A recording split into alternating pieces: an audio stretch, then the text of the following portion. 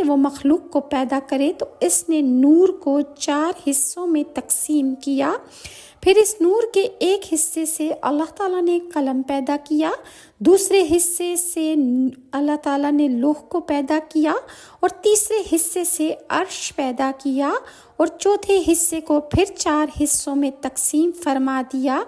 اس کے ایک حصے سے عرش کو اٹھانے والے ملائکہ پیدا فرمائے، اور عرش کو اٹھانے والے ملائکہ 8 فرشتے ہیں۔ پھر اس کے دوسرے حصے سے کرسی کو پیدا کیا جو عرش سے جدا ہے، اور تیسرے حصے سے دیگر ملائکہ کو پیدا کیا۔ پھر اس کے چوتھے حصے کو مزید 4 حصوں میں تقسیم فرما دیا،